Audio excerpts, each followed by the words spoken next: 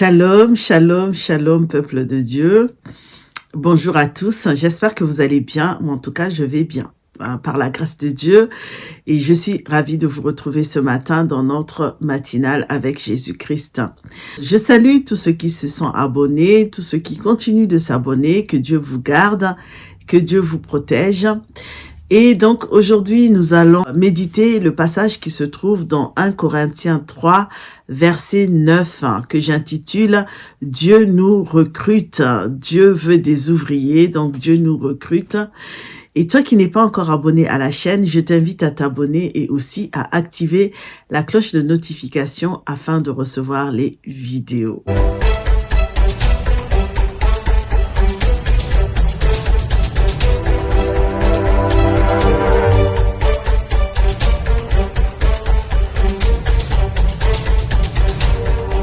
Donc notre méditation se trouve dans 1 Corinthiens 3, verset 9. « Car nous sommes des collaborateurs de Dieu et vous êtes le champ de Dieu, vous aussi l'édifice de Dieu. Sinon, car nous sommes coopérateurs de Dieu et vous êtes le champ de Dieu, l'édifice de Dieu. » Nous avons encore, nous qui œuvrons ensemble au service divin, nous ne sommes que des collaborateurs de Dieu et vous êtes le jardin qu'il cultive, ou vous êtes la maison qu'il construit. Dans la Bible Thomson, car nous sommes des collaborateurs de Dieu, vous êtes le champ de Dieu et la construction de Dieu. J'ai intitulé ce texte « Dieu nous recrute, Dieu est notre patron, Dieu veut des ouvriers, vous prenez ce que vous voulez, mais on reste un peu dans ce cadre-là. » Donc, nous sommes les collaborateurs, nous sommes les ouvriers de Dieu. Dans d'autres versions, on parle d'ouvriers. C'est Paul qui nous parle, il trouve sa première image dans la culture des plantes,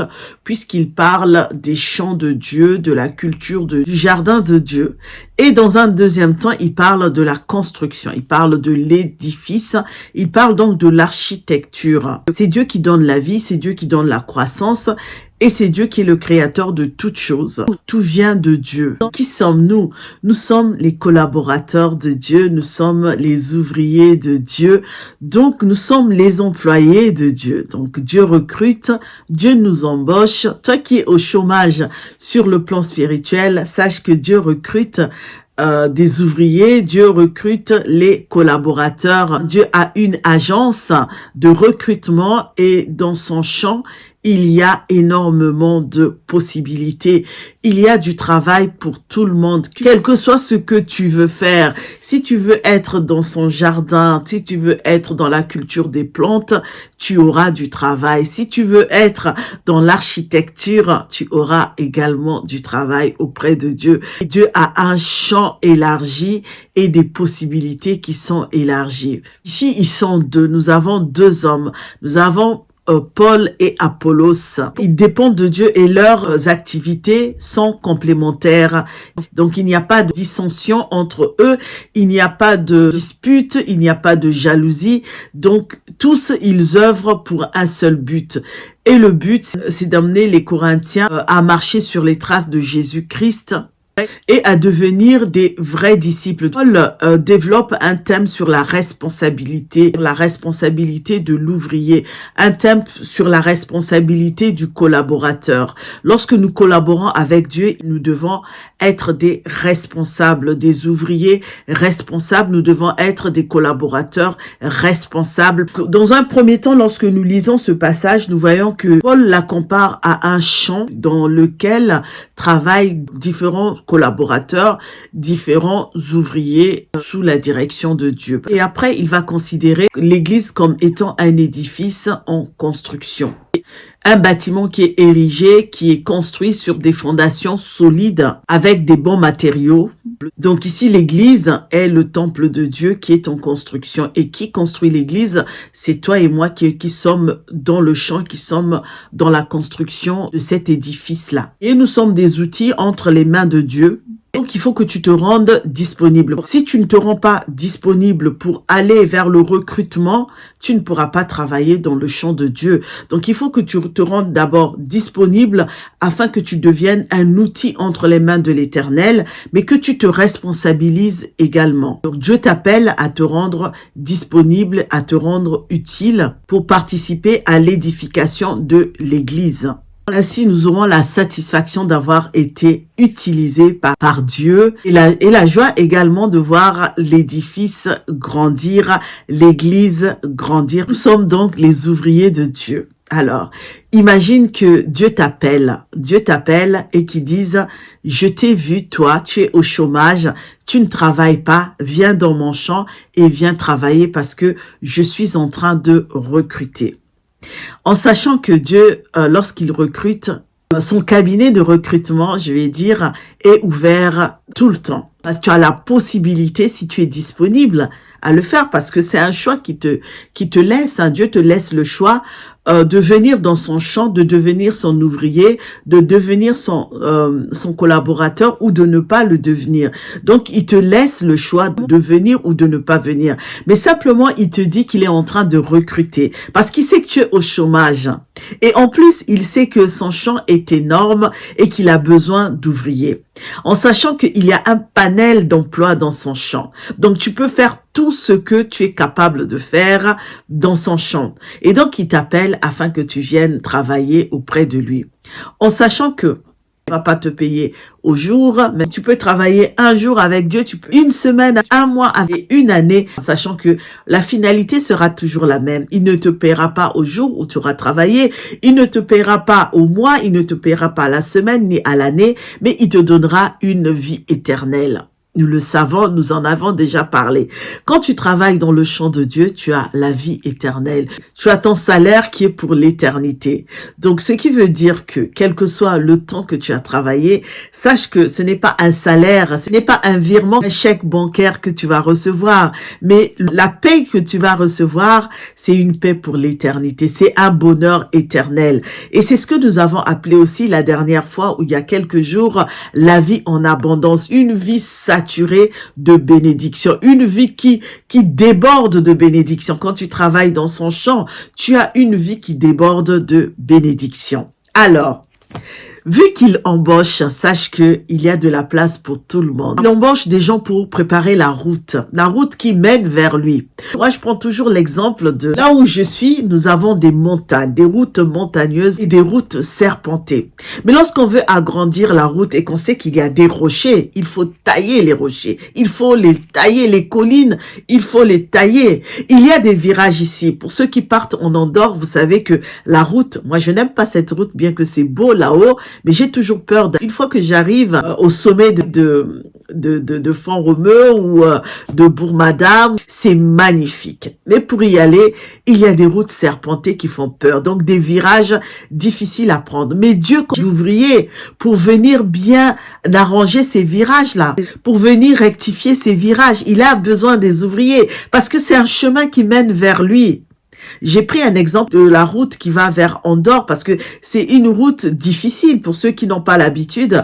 Quand tu passes par là, tu as peur. Mais Dieu a besoin d'ouvriers pour aller rectifier les virages, pour agrandir la route parce qu'il y a des rochers, il y a des collines, donc il faut les tailler pour que la route soit sécurisée. Donc Dieu a besoin des ouvriers pour que les gens arrivent jusqu'à lui. Il embauche pour aussi préparer son retour. Cela pour lutter contre les injustices, la misère, pour les inégalités. Nous sommes sur la route de la vie pour rendre la route de la vie moins dure, moins difficile, parce qu'il y a tellement de souffrance. Donc Dieu veut des ouvriers pour préparer cette route-là, ce qui peut être pénible pour certaines personnes. Dieu a aussi besoin les personnels hospitaliers, les personnels de soins, les infirmiers, les sages-femmes, il a besoin des docteurs, il a besoin de toutes ces personnes-là qui viennent consoler notre âme, qui viennent consoler notre corps également lorsque nous sommes physiquement blessés ou lorsque notre âme est blessée. Dieu a besoin de personnes parce que pour venir soigner nos corps malades, pour venir soigner notre âme qui peut être aussi malade, pour aller ramasser les blessés de la route, les blessés de la rue, les gens qui sont abandonnés dans la route, les accidentés de la route. Dieu a besoin de personnel de soins. Dieu a besoin de personnel hospitalier parce que pour prendre soin de nous, pour prendre soin de notre corps, pour prendre soin de notre âme.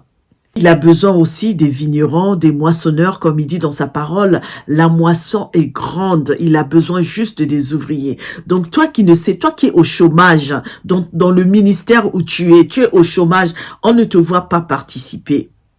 Peut-être que Dieu t'a déjà donné une mission que tu accomplis en silence. C'est possible. Il y a ceux qui ont la mission seulement de prier pour les serviteurs de Dieu. C'est ta mission, c'est ton travail, oui. Mais il y a ceux qui ne font rien. Ils sont mais vraiment complètement au chômage dans le ministère. Mais Dieu a besoin de toi. Dieu a besoin des moissonneurs. Dieu a besoin des vignerons. Dieu a besoin de tous ceux qui peuvent travailler. Pour récolter par-dessus tout, Dieu a besoin des bergers. Nous avons parlé du bon berger. Dieu a besoin des pasteurs. Dieu a besoin de ceux qui doivent nourrir les âmes. Dieu qui doivent donner du pain. Nous avons parlé de Jésus-Christ qui est le pain de vie. Dieu a besoin de ceux qui peuvent nourrir le corps des troupeaux, le corps des moutons, les corps de son peuple. Il est le pain de vie. Il est la parole. Ceux qui doivent apporter la parole à ses bien-aimés, à son troupeau. Ceux qui doivent donner le pain de vie à ses brebis, ceux qui doivent donner le vin qui est son sang, qui doivent boire. Il a besoin des personnels, Dieu a besoin des pasteurs, de ceux qui vont s'occuper, prendre soin de ces brebis. Nous avons parlé des brebis, du bon berger. Je pense que c'était hier, nous avons dit que le bon berger, c'est celui qui assure la sécurité de son troupeau, de celui qui donne la liberté et d'aller et de venir à son troupeau, de qui connaît et qui discute, qui communique avec son troupeau. Et il est celui aussi qui appelle ses brebis par nom. Donc Dieu a besoin des bergers, Dieu a besoin des pasteurs, Dieu a besoin de tout ce personnel-là pour que son champ soit moissonné. Donc, Dieu est le recruteur aujourd'hui. Toi qui es au chômage, toi qui ne sais pas quoi faire dans ton ministère, sache que Dieu est en train de recruter et que son champ est large. Et il y a un panel de possibilités, il y a un panel d'emplois. Tu peux tout faire. Tu n'as parfois pas besoin d'un diplôme pour aller dans l'entreprise de Dieu. Il y a ceux qui apprennent sur le tas. Il y a des possibilités. Tu dois faire un ministère public. Tu feras un ministère public, mais tu peux aussi faire un ministère caché. Il y a ceux qu'on ne voit jamais, mais qui sont là en train d'intercéder pour les autres. Personne ne sait qu'ils intercèdent. Il y a ceux qui sont là pour s'occuper de l'église, de l'édifice, pour nettoyer, pour ranger. Il y a ceux qui font le social. Il y a un panel d'emplois dans le ministère. Il y a un panel d'emplois dans l'entreprise de Dieu. Donc Dieu est en train de recruter. Viens occuper un emploi qui t'est destiné. Dieu nous connaissait avant même que nous ayons été conçus. Donc, avant même que tu ne sois né, Dieu te connaissait déjà et il avait déjà établi un plan pour toi. Et il sait déjà quel est l'emploi que tu dois exercer dans son entreprise. Donc, lève-toi. Rends-toi disponible et va dans le champ de Dieu, va trouver ta place. Parce que ta place est vide et ta place ne peut pas être occupée par une autre personne. Si ta place est libre, il y aura un manque à gagner pour le ministère. Donc, lève-toi et va dans le champ de Dieu, retrouver la place qui t'est destinée pour que tu travailles. Ne reste pas au chômage, mais va occuper ton emploi auprès de Dieu. Nous sommes à la fin de notre méditation. J'espère que tout va bien. Je vous dis au revoir. Restons en paix et soyons en paix. Que Dieu nous bénisse tous. Toi qui n'es pas encore abonné à la chaîne, je t'invite à t'abonner et aussi à activer la cloche de notification afin de recevoir des vidéos. Like la vidéo, partage-la également. Elle fera peut-être du bien à quelqu'un. Et surtout, vraiment, restons en paix. Soyons toujours des courageux, des courageuses. La marche est longue et difficile, mais l'on s'accroche parce que Jésus-Christ nous tient par la main. Je vous retrouve très bientôt et je vous dis au revoir. Passez une agréable journée et que toutes les bénédictions du ciel descendent sur vous. Je vous dis au revoir.